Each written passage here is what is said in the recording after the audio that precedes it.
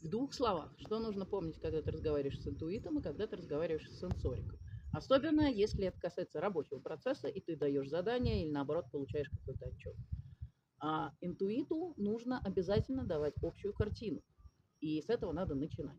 Когда ты цепляешь внимание, и дальше уже можешь выкладывать какие-то конкретные факты и уже говорить о чем-то более подробно. А сенсорику нужно обязательно давать достаточное количество фактологии. И если ты не готов выложить всю ту фактологию, которую сенсорик хочет услышать сразу, то дай ему возможность задать вопросы. Он сам направит вашу дискуссию в ту сторону, в которую необходимо. И будьте аккуратны. Сенсорик может обидеться, если вы небрежно обращаетесь с фактологией.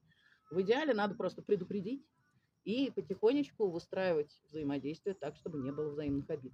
Ну и наоборот, интуит может обидеться, если ему дают слишком много фактов. Так что здесь нужно понимать и с уважением относиться к особенностям друг друга.